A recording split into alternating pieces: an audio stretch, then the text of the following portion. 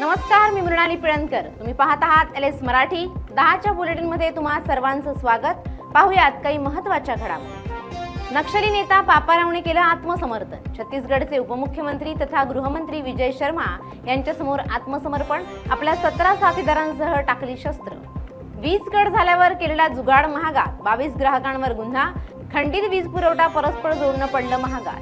जालन्यातील जाम समर्थ येथे श्रीराम नवमी निमित्त आज यात्रेसाठी राज्यभरातून 50 ते 70,000 भाविक उपस्थित राहण्याची शक्यता.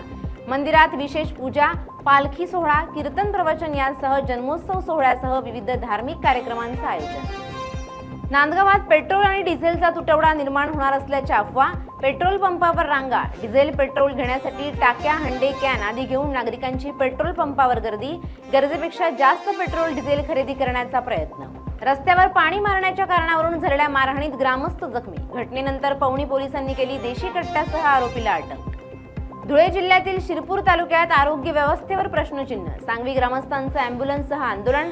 गर्भवती महिलेला उपचार न मिळाल्याने संताप. सांगवी ग्रामस्थांची अँब्युलन्ससह पंचायत समितीत धडक.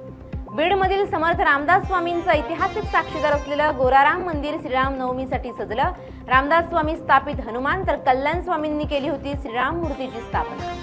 10वीची परीक्षा देऊन घरी परतला आणि काळानं घाला घातला. भंडाऱ्यातील विद्यार्थ्याचा कालव्यात बुडून मृत्यू. राज्यातील TET परीक्षा 21 जून रोजी होणार असून 27 मार्च पर्यंत ऑनलाईन अर्ज प्रक्रिया सुरू होणार. राज्य परीक्षा परिषदेकडून बुधवारी वेळापत्रक जाहीर.